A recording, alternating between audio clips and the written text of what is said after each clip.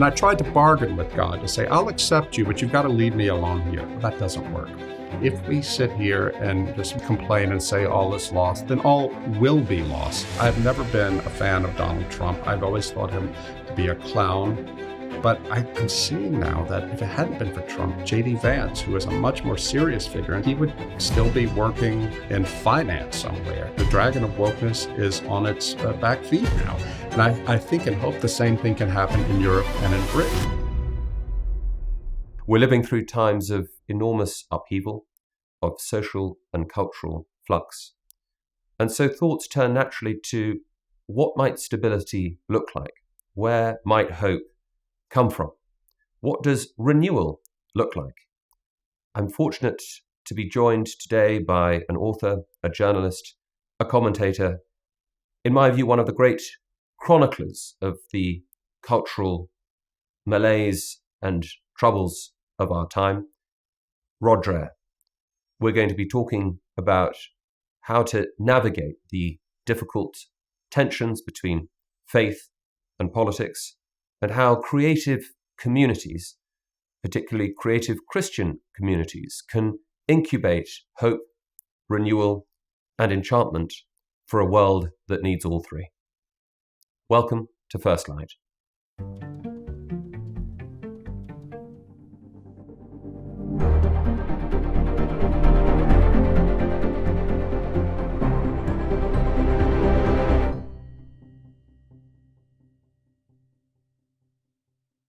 Rod Dreher, welcome. It's a pleasure to be here with you, James. Rod, your latest book, Living in Wonder, came out in 2024 to great acclaim. It's been reviewed in all the right circles as usual, but in all the wrong ones too. That is to say, it's broken into the mainstream. And it seems like it's been reviewed and commented on and talked about more than the first two books in what I think of as a trilogy. The Benedict Option, 2017, much talked about, of course, and Live Not by Lies in 2020. And it's a wonderful book, and it's been framed in many ways as a sort of turn in your thought, as a sort of you're moving more into an uplifting key, a note of positivity, a note of hope. And but in fact, as I look back on your work, I think that's been there all along. That sense of a sort of a romantic, restless spirit and crunchy cons in that wonderful book about your sister, about your discovery of Dante and your enchantment by Dante. Would that be fair? Is this the book that you were always meant to write?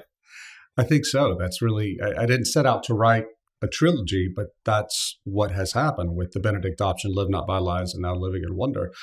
Because the project, the central intellectual and spiritual project of my life has been to figure out how we can live as faithful Christians in a post-Christian world, and indeed a post-truth world.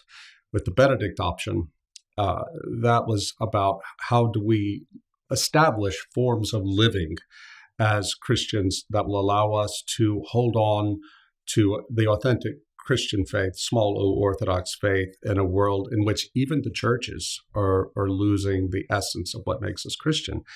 You know, the book was widely caricatured as saying, oh, here's Dreher saying head for the hills. That's not what I say at all. Rather, I say that if we are going to be Christians in the world, as we must be unless we're called to the monastery, then we have to live in certain ways separated from the world, so that when we go into the world, we can present the true Christ.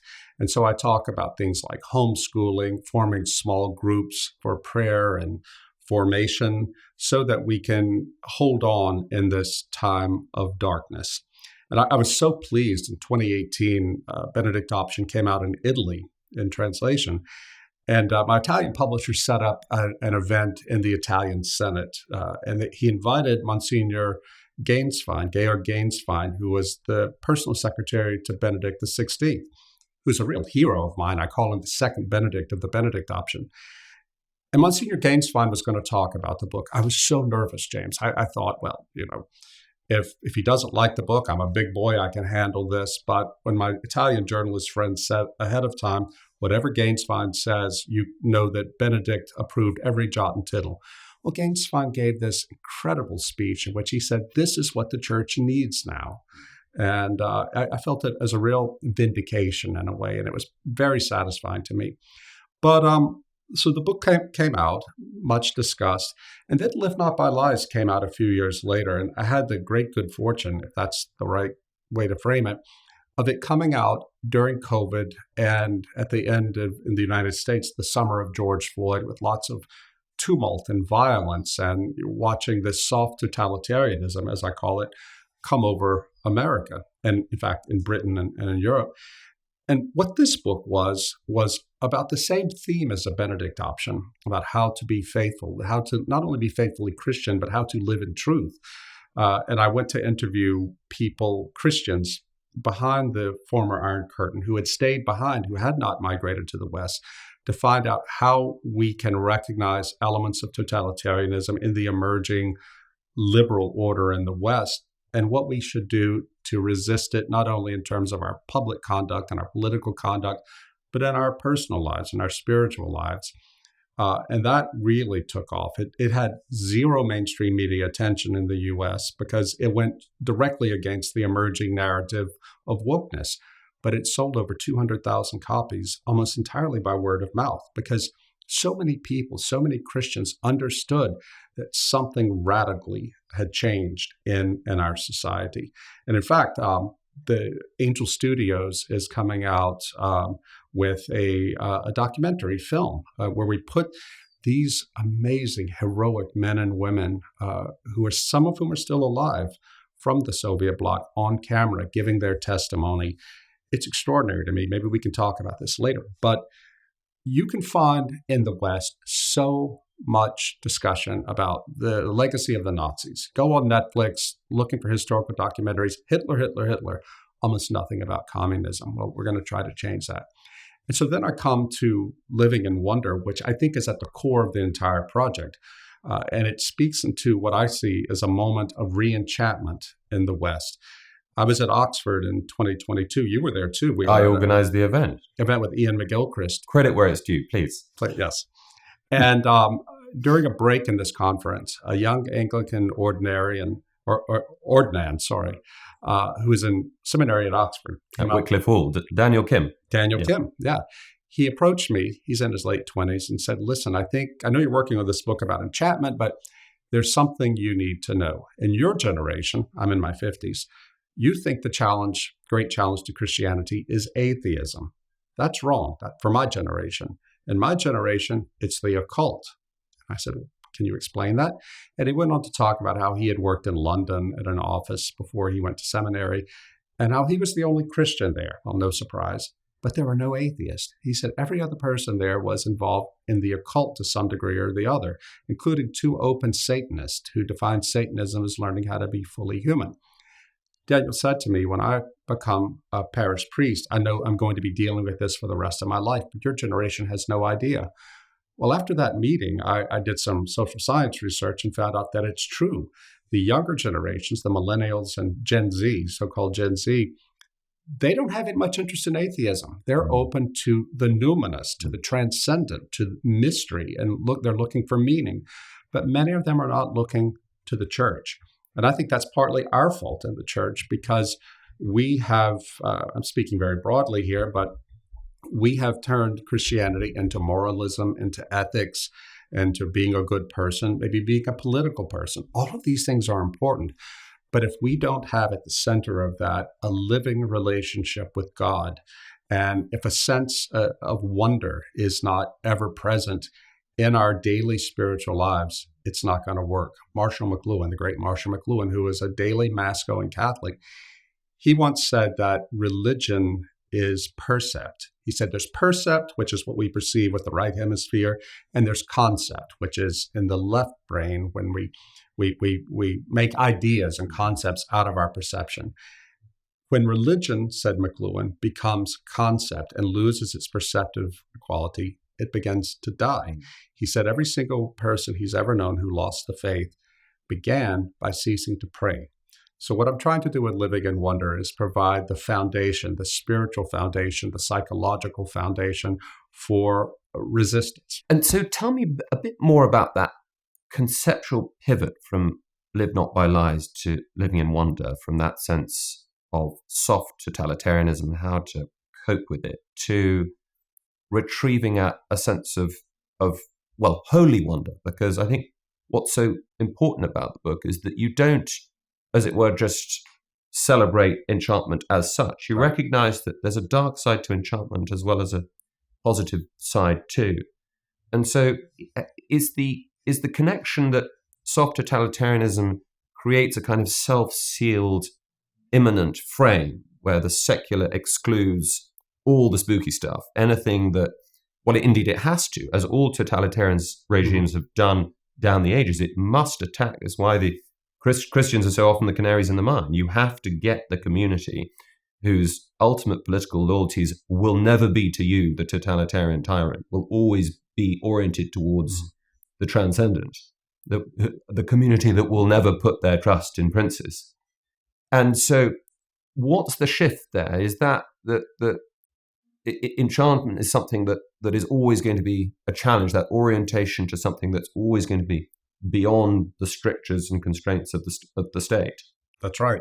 Well, when I use the term enchantment, it's a loaded term, at least in the United States. We should talk more about its hinterland, but yes, right. Carry on. Because when normie Christians hear that term, they think of the occult, of the woo, or they may think of enchantment as sort of like sprinkling fairy dust on the world to make it appear as Disneyland. That's not what I mean. When I talk about enchantment, I mean more like what Max Weber meant by the disenchantment of the modern world, which is to say the steady loss of a sense of spiritual wonder and of the sense that the material world is in some way manifests God. I mean, I'm Eastern Orthodox, so we see the entire material world as a place where God is everywhere present and filling all things.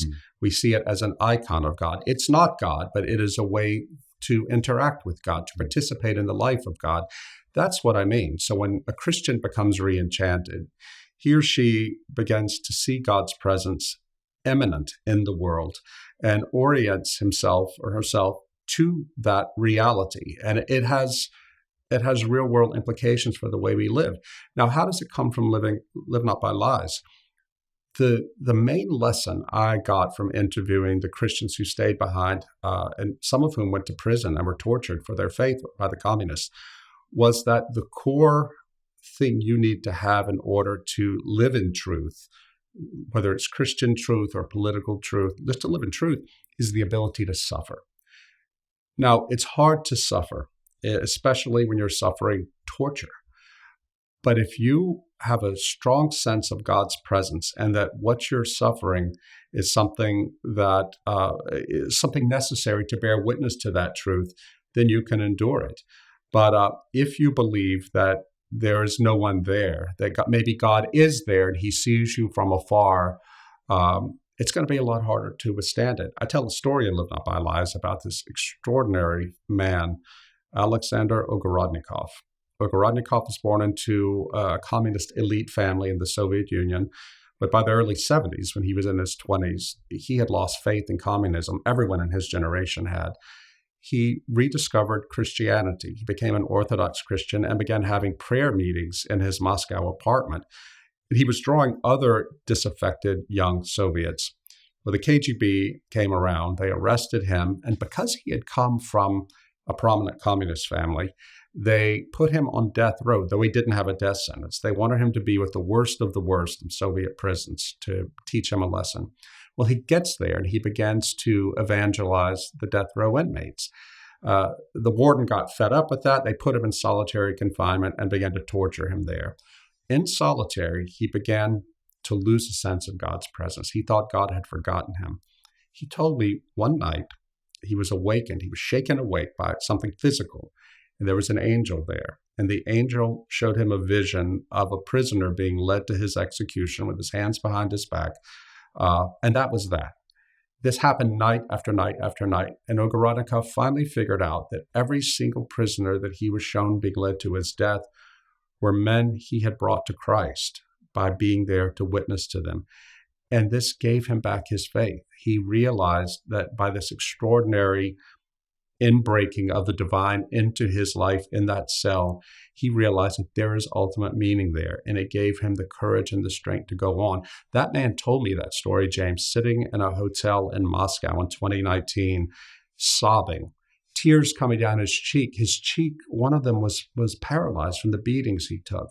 But that to me is the essence of Live Not by Lies and the essence of living in wonder, because he reestablished this direct perceptive contact with the living God. It gave him the strength to go on. And that's ultimately what I'm trying to do with Living in Wonder, though it's not about surviving torture in the prison. It is about how, if we as Christians are going to endure the much softer forms of totalitarianism that we live with in the West, then we're going to need to reestablish that contact with the living God. And I talk about why we should do that, how we can do that, and also, as you say, ways that we should not do that. This is a book about Christian re-enchantment and not the darker forms like the occult and technology and so forth that I talk about in the book. Which, of course, is coming back anyway, and one needs to have the resources to think it through as Christians. Right. As Daniel Kim said, if you walk into the United States, if you walk into a Barnes & Noble, the big bookstore chain, there's so many books about the occult, Witch's Handbook, especially for young adults. And we have seen an extraordinary rise in the last 20 years in America, at least, and no doubt in Britain as well, of interest in the occult by the young. They want enchantment, but they don't want Christian enchantment, in part because they don't think they can find it in church, but also because they don't want to submit to God. The occult forms of enchantment give them a sense that you can have all the woo, you can have the mystery, you can have the seemingly miraculous things happening without having to submit. As Aleister Crowley said, "Do as thou wilt is the whole of the law." And this is also why so many occultists, young occultists especially, are very woke, because wokeness tells them that we stand against Christianity and against these rigid, horrible, patriarchal rules. You join us, we will liberate you to be whoever you want to be. It's often said that disenchantment begins to kick in the 19th century and the 20th century with the acceleration of industrialization and technology and so on. But I sometimes wonder whether actually an earlier phase in the process of disenchantment starts much earlier than that, with magic itself, where magic is understood and occult practices are understood as the beginning of the assertion of human autonomy over reality. Not, as it were, it's the first form of technological thinking, in Heidegger's sense of thinking of technology as being able to manipulate and instrumentalize the world.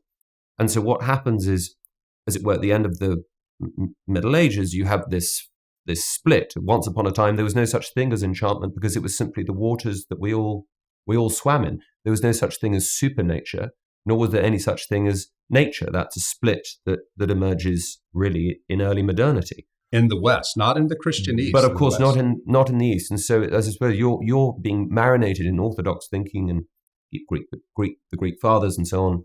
And of course, the great liturgy of the Orthodox Church has been a great antidote against that. And as I think it's given you the ability to sort of, and the capacity to see what's going wrong and to read the signs of the times. But let's think a bit more about the hinterland of this notion of enchantment. I mean, I think Weber's word for it is, for disenchantment, is Entzauberung, which literally means, I think, demagification. The Zauberflöte is the magic float. It's the sort of, it's Mozart's Freemasonic, as it were, sort of Masonic opera in the end of the 1780s, and so there's that notion of magic in there, as if what Weber is talking about with demagification is, as it were, it's the loss of that way of controlling reality, instrumentalizing it, and that's a sort of Francis Bacon way of thinking of putting nature on the rag. But let's just think a little bit more about, just go back a little bit deeper. The idea is that that all of reality is something that we should be standing in wonder at. I mean, Plato has a line, doesn't he? I think in Theaetetus, that I think he puts it in Socrates' mouth, that philosophy begins in wonder. Aristotle picks up the theme. His idea is that what makes us distinctive as human beings is that we wonder. We are curious about the world. This is a very strange characteristic of us as a species. We're the only species that will get together and sit down for an hour to talk about enchantment, for example. Right. It's something that's intrinsic to us. You don't need to be a Christian to see that, as it were. You have to be educated out of wonder. That's right. And it takes an awful lot of modernity, as it were, to sort of knock enchantment out of us, or knock that capacity for wonder out of us. And so what's your story of how it all begins? I mean, I think one of your great gifts, Rod, is that you've able to engage a lot of the very serious academic literature. I'm thinking of Charles Taylor, I'm thinking of the way you've tracked that interesting collapse of realism in the Middle Ages and through nominalism, and how that's, as it were, led to what René Guénon calls the reign of quantity, the loss of qualitative ways of thinking about the world to much more quantitative ways of thinking about the world. And you're able to, as it were, translate that for the public square and for Christians, those in the churches too. And what's your sort of rough sketch of how that, a sort of genealogy of the loss of enchantment? Well, it's not a simple story, but I'm going to give you a simple story. You alluded to the High Middle Ages and the great debate between the scholastics, Aquinas and others, and the nominalists, represented most of all by William of Ockham. And it was a discussion, one of these angels that dance on the head of a pin discussions that over time led to this collapse of wonder and the de-Christianization of modernity. In a nutshell, what Occam argued was that what nominalism is the idea that there are no essences in material things. Things have meaning because God, on the outside, projects meaning onto them. And Occam was just trying to preserve holiness. He was a friar. He wasn't an atheist or anything like it. But the nominalists won out over the scholastics. And over time, over the next couple of centuries, this led to the roots of the Protestant Reformation and the scientific revolution. It's no accident that they happened roughly the same time. Yuval Noah Harari, the contemporary intellectual, has a lovely phrase. It's a chilly one, but it's true. He said, in early modernity, we in the West exchanged meaning for power, which is simply to say that if we cease to believe that there is inherent God-given meaning in the material world, then we're free to do what we want to with it. We're free to bring it under our control. And in the Protestant Reformation, they were like Occam, trying to regain holiness from what they saw in the Catholic Church was a devaluing of holiness. But what they ultimately did was to cast spirit and this metaphysical dimension out of matter. And so as time goes on, you get to the Enlightenment, where they tried to hold on to all of the good things, the classical liberal things about Christianity without the divine dimension. Then God becomes the God of the deist, the watchmaker God. And eventually in the 19th century, even that goes. And you come to Matthew Arnold, who in Dover Beach talks about the receding of a Christian understanding, the receding of divinity from experience. In the 20th century, World War I was, of course, the epochal event. People ceased to believe in any hierarchies. I say people, mostly intellectuals, but this gets filtered down. And Philip Rieff, the great Philip Rieff, secular Jewish sociologist, cultural critic, said that in the 20th century, after the Great War and the wars, people no longer were able to agree on that the Bible, for example, whether you were a Christian or not, the Bible was a story that told us who we were and what we were supposed to do. If we've lost that and faith in any hierarchies and faith in transcendence, then all that's left to us is the therapeutic, which is to say, figuring out how to maneuver in this world without certain meaning, without shared meaning, and to keep the abyss, the anxieties of the abyss at bay. But Nietzsche understood that that's not really possible. Nevertheless, we tried the therapeutic. In 1966, Philip Rieff published this famous book called The Triumph of the Therapeutic, by which he meant that we are now ruled by a society that seeks not truth, but well-being.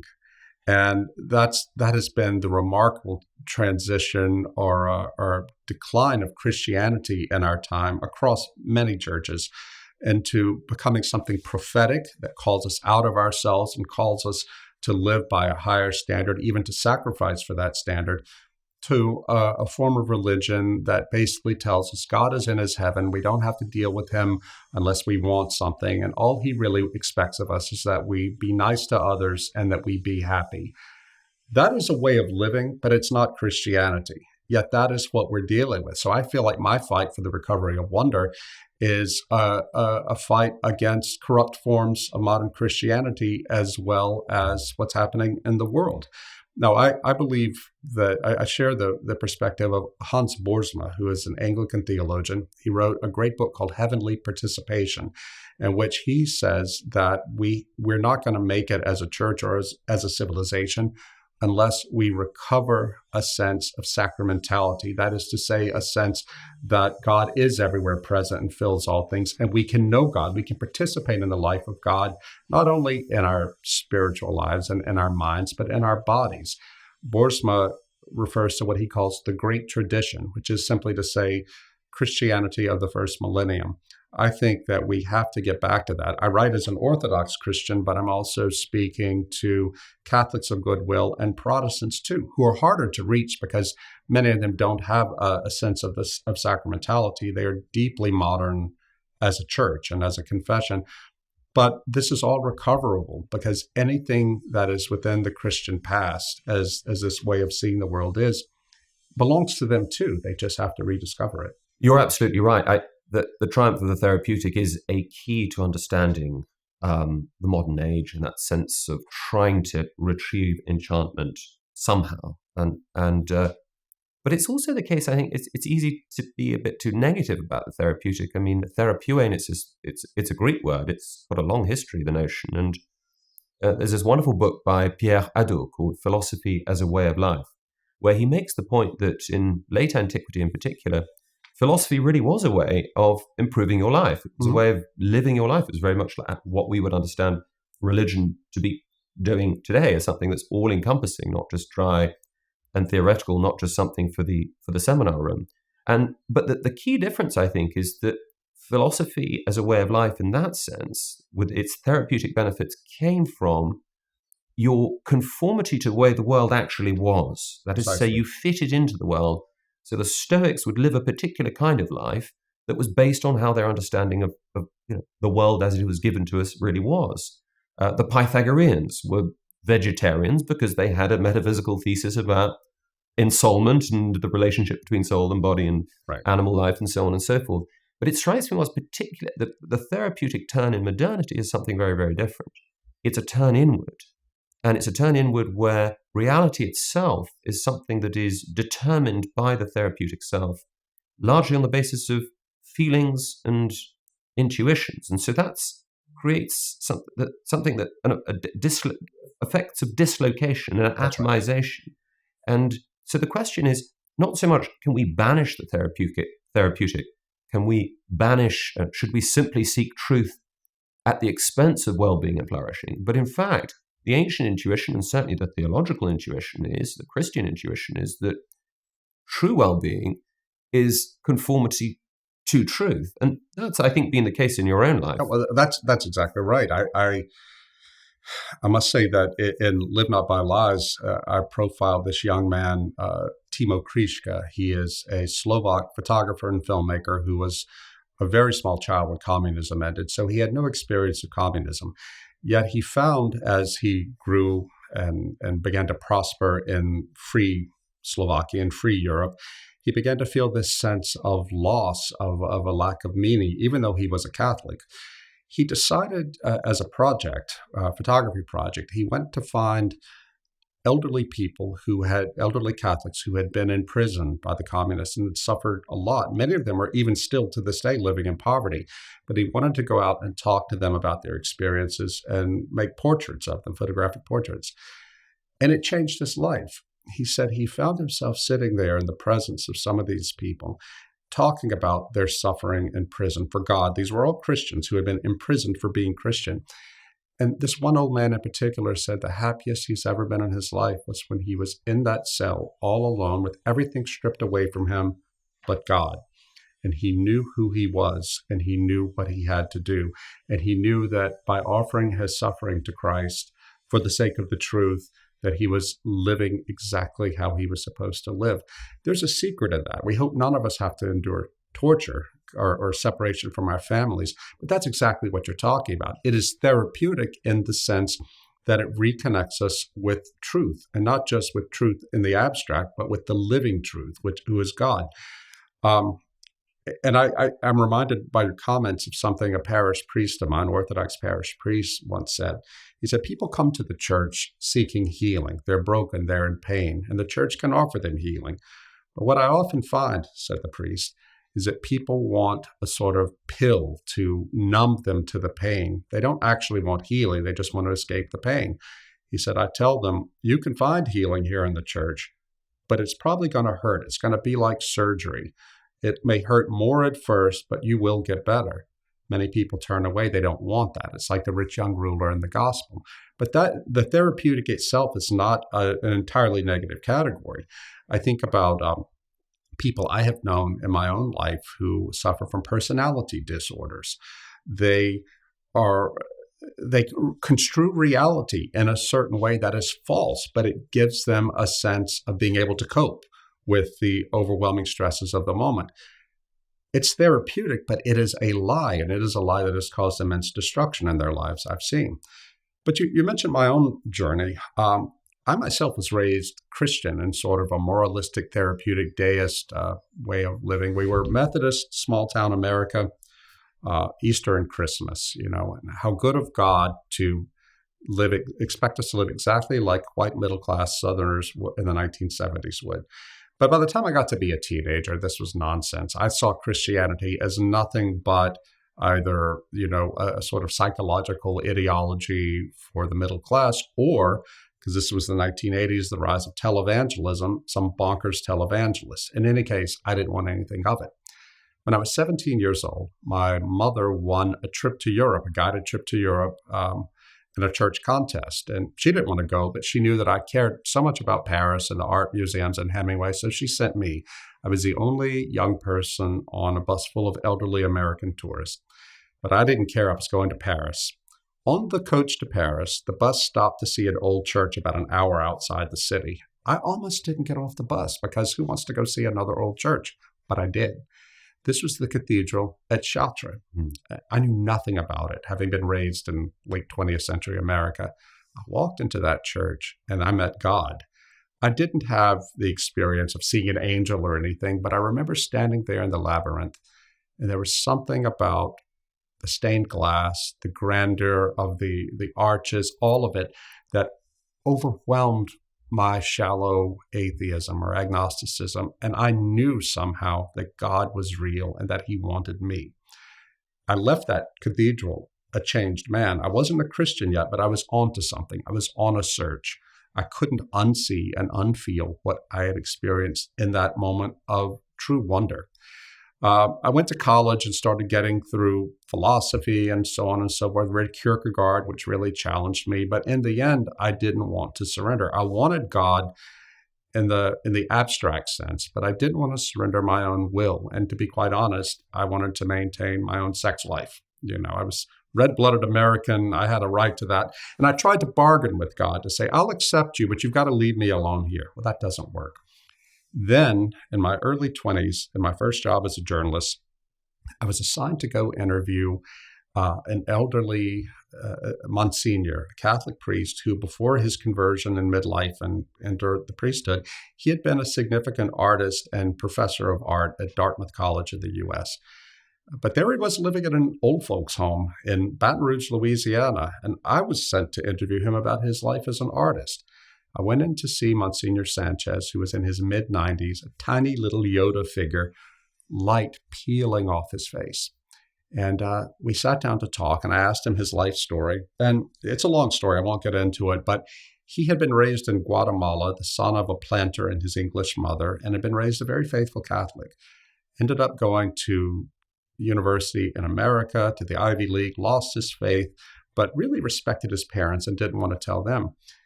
In his late 30s, early 40s, he was called back to Guatemala. His father was dying, and they were going to have a mass of public reconciliation with the church from his father. He knelt to receive communion, not believing any of it. When the priest held out the host to put on his tongue, a burst of light came out and surrounded him, and he audibly heard a voice say, "I have always loved you." He instantly reconverted, went back to America, and took up a life of great asceticism. He was teaching at Dartmouth. In the depth of a New England winter, he would wake up at 4 a.m. to take cold showers in repentance. I don't think you have to do it, but that's what he did. And he eventually felt a call into the priesthood. But by then, this was the 1940s, the Catholic Church didn't need priests like they do now. And it was just wildly implausible that a man in middle age would be accepted to seminary. So he resisted it. He was called back in his late 40s to the cathedral in Guatemala for something else. Knelt to receive communion, this time as a believer. Same thing happened, but the voice audibly said, "Why don't you do as I ask?" So he ended up becoming a priest. And he was sent out of the country because a communist rebellion was underway. And because he came from a prominent family and was a Catholic priest, his name was put on a hit list by the communists. So he spent the rest of his life in Louisiana serving quietly.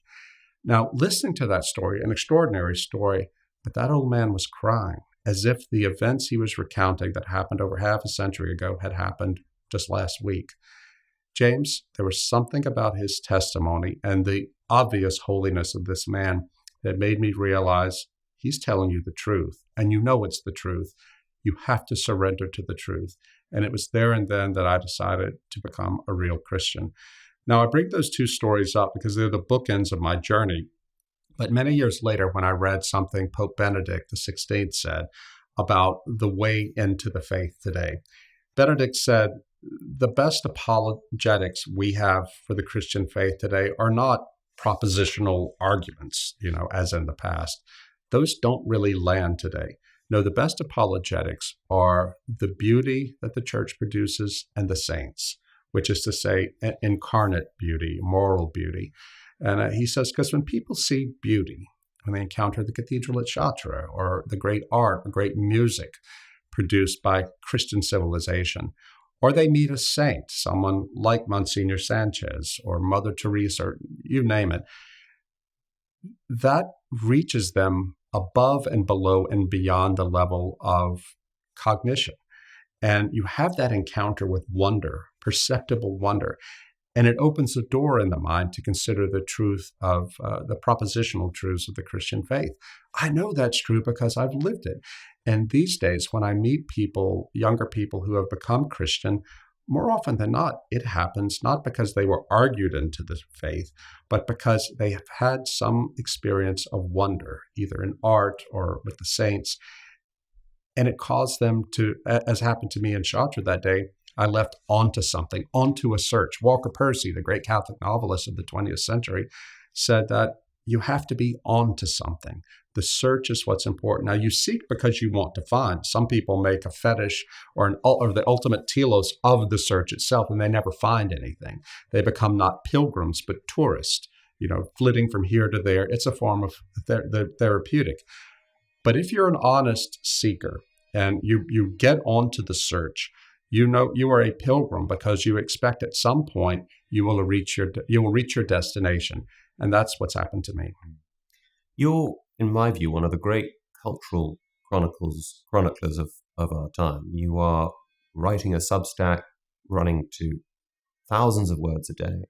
And you've been doing this for years and years and years. And I honestly think historians in the future, when they want to work out what's been going on in particularly the last 10, 15 years since this cultural revolution has crashed across the institutional landscapes of the West, they'll be reading what you wrote in, as it were, in real time, and you spotting these cultural patterns, doing it through the prism of spirituality and theology. But you've also inevitably been tracking what's going on in the political world very, very closely. In fact, you'll be too modest to say so, but I mean, you really played a key role in ensuring that J.D. Vance's Hillbilly Elegy rocketed into the New York Times bestsellers list. It wasn't doing that well when it first came out, but you gave it the boost that it needed. And I know we've both been following his career closely ever since. And of course, you've spent the last few years in Hungary, where you've been, as it were, observing what it's like for a government that takes Christianity seriously without wanting to coerce or impose it on its people, but wanting, as it were, to lay down politically the conditions that might enable the sorts of creative communities that Benedict talks about to flourish, that would enable individuals to, as it were, find wonder and enchantment, not be coerced into it. Of course, that would be impossible, not to be bullied in any way, but as it were, to sort of set a horizon for its citizens to rediscover what's most meaningful. But it's a minefield, isn't it? It is. How does one go about it? How might it be done well in a country like Britain that is certainly not got that sort of that way of thinking about it? I first went to Hungary to do research for Live Not by Lies in 2019, but I returned there to live for a short time as a fellow of the Danube Institute, a think tank in Budapest run by John O'Sullivan, one of the grand old man of Anglo-American conservative journalism. But I trust John, and I've had a lot of the ideas in my head about what Hungary is. Oh, it's a fascist authoritarian, blah, blah, blah. So I was anxious, but then I actually get to actually existing Hungary and find it is not at all what the Guardian and the New York Times would have you think. It's led by Viktor Orban, who continues to be democratically elected, and it is a place of freedom. I know British expats who live there who laugh about how they're always talking to their friends back in the UK who want to know, are the brown shirts on the streets? And they laugh, saying, no, I'm more free here to say what I want and do what I want than you are back in Blighty, right? But I realized when I was there, first of all, the lies that are told, not only about Hungary, but about the world itself, the way the world is, by our ideological press and by the different institutions. And I began to understand what Viktor Orban knows about how he reads the contemporary world. Now, I'm not saying one should approve of everything Viktor Orban does. I don't. But here's what's interesting. He has said, he's a Calvinist himself, and he has said that Europe will never recover from this crisis, this sickness unto death, unless it recovers its Christianity as a living force. But you can't do it by politics alone. He has said that if people look to me as the senior politician in the country to give them meaning, they're looking in the wrong place. I can't give you meaning. I can give you things. Meaning he can give subsidies to church schools or whatever, or pass laws that make it possible for the mediating institutions like churches, schools, cultural organizations to do what they must. But if they don't step up into the space that politics opens and act to renew the faith, renew the culture, then it all will have been in vain. And sadly, it does not seem that in the 14 years or so that Fidesz, the Orban party, has been in power, it doesn't seem that the churches have stepped up, because Hungary is a Christian country. It's written into their constitution. It was founded in the year 1000 as a Christian country. The founder, King István, is a saint in the Catholic Church. But it's a good lesson that politics are necessary but not sufficient. Now you bring it back to Britain. If you had an Orban-type figure here, the best he could do, and all we would really want him to do as a politician, is clear the grounds, get rid of all this wokery and these appalling, obscene arrest of people, of Christians, for praying silently near abortion clinics. That's one small thing, but it stands for an ethos of control. And this is to go back to the re-enchantment thing. The primary cause of disenchantment is this manic idea that we have that we can and should control all experience. And so when in this country and in the United States and in all European countries, when you have a regime, by regime, I don't simply mean the elected government, but the universities, the media, law, medicine, and so forth, when they have this semi-totalitarian idea that they should be able to control experience and push anything out, including expressions of the Christian faith that contradict the ruling ideology, you're going to have death. There is, in Living in Wonder, I write about this really insightful German sociologist named Hartmut Rosa, And I don't know if he's a believer or not, but Rosa has this idea of resonance. And it's, I think, a rough analogy of enchantment. He says that when we are at home in the world, we resonate with our environment. We feel some sort of mysterious connection to the things around us. Now, if you feel no connection to anything around us, you can't be resonant. You begin to resonate with the world around you, the material world, people, places, things, by establishing a relationship with them. However, if the relationship moves towards control, then it evaporates. The sense of mystery, of wonder, of resonance evaporates. And it brings to mind the Wordsworth line, "We murder to dissect." In other words, if we want to bring the things that are mysterious and wondrous to us, if we want to understand it, to dissect it, to understand how this works, the life, the real life, the numinous leaks out. And I think that the best thing that governments can do is to make space for the churches, the schools, the cultural organizations.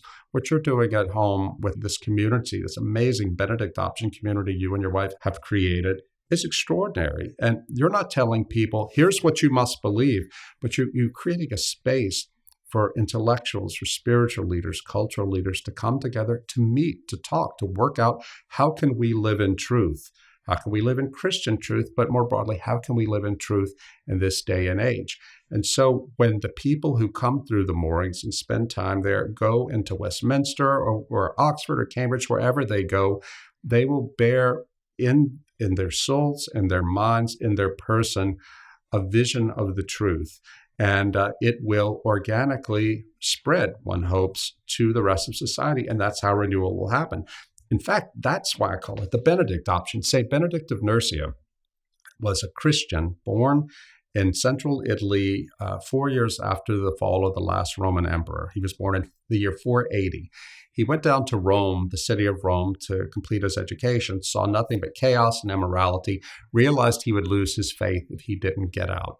So he ends up in a cave in Subiaco overlooking a steep valley.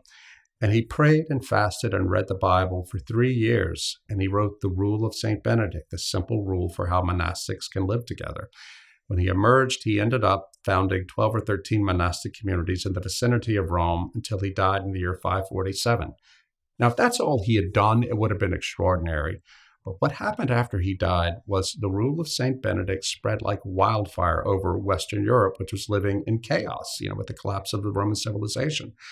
Wherever monastic communities founded themselves and moved out, they became sources of light and of civilization. They didn't set out to make Rome great again. They set out simply to ask, how can we live in community, in spiritual discipline for the greater glory of God?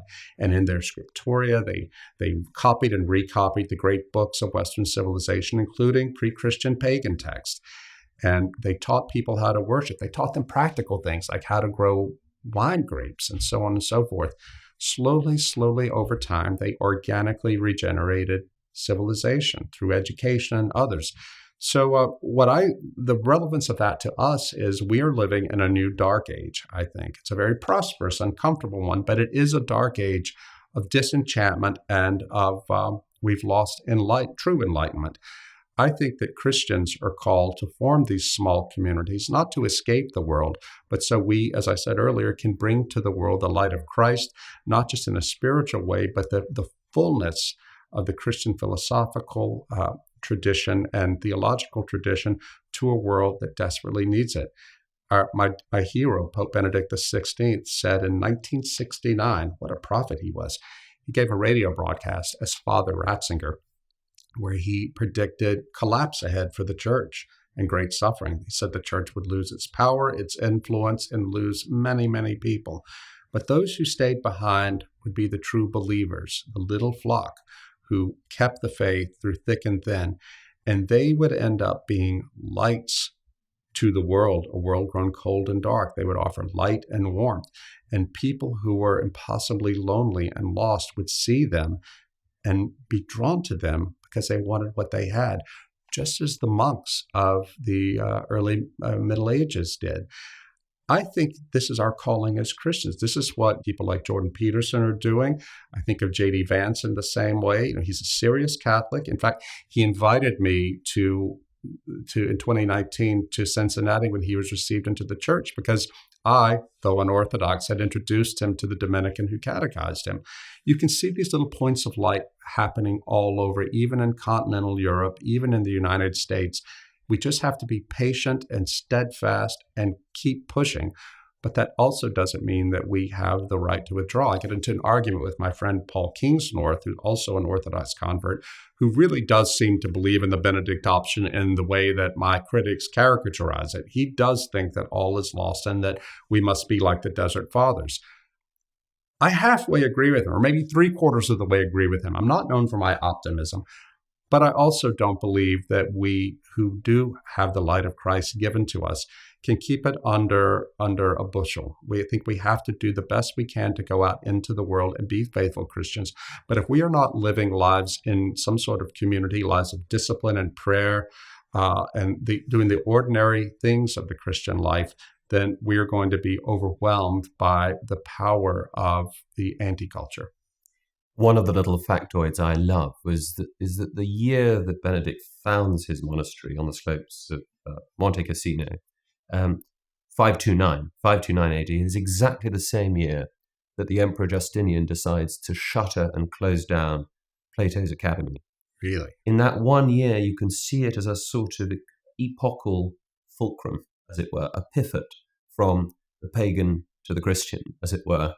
The first time in over 1,000 years, Plato's Academy ran and was really the stable for pagan philosophy. And it's extraordinary. That's the moment at which a kind of a point of light emerges, but it's very fragile. The monasteries are just trying to keep the flame alive through the Dark Ages that begin to descend and then through into the Middle Ages and beyond. And so I suppose, look, final question, and to some extent you've answered it already, but I just wanted to press you a little bit further. I mean, the aim of this podcast, of course, is to look for signs of dawn breaking.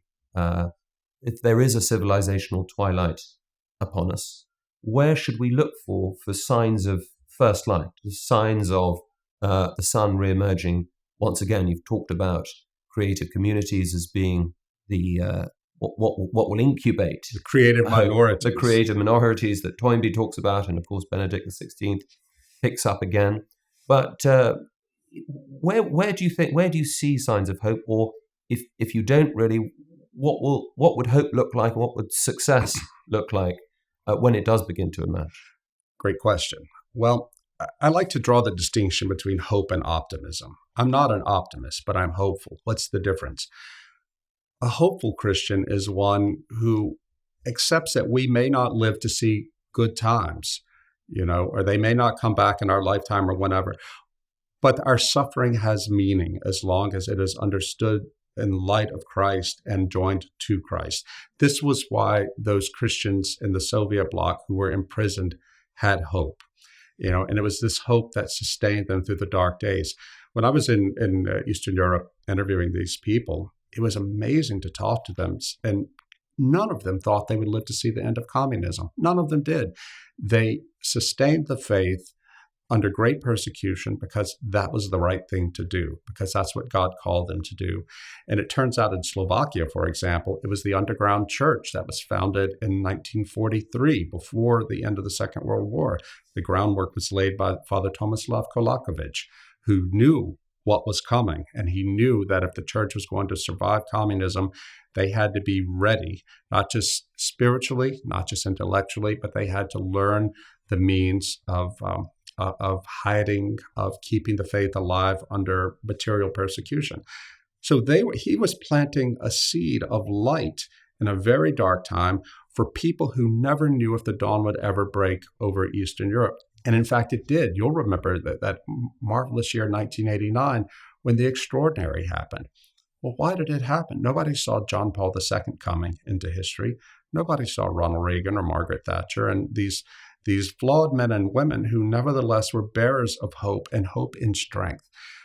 Well, in our own time, we see what's happening in the United States right now with the coming of Trump. I've never been a fan of Donald Trump. I've always thought him to be a clown.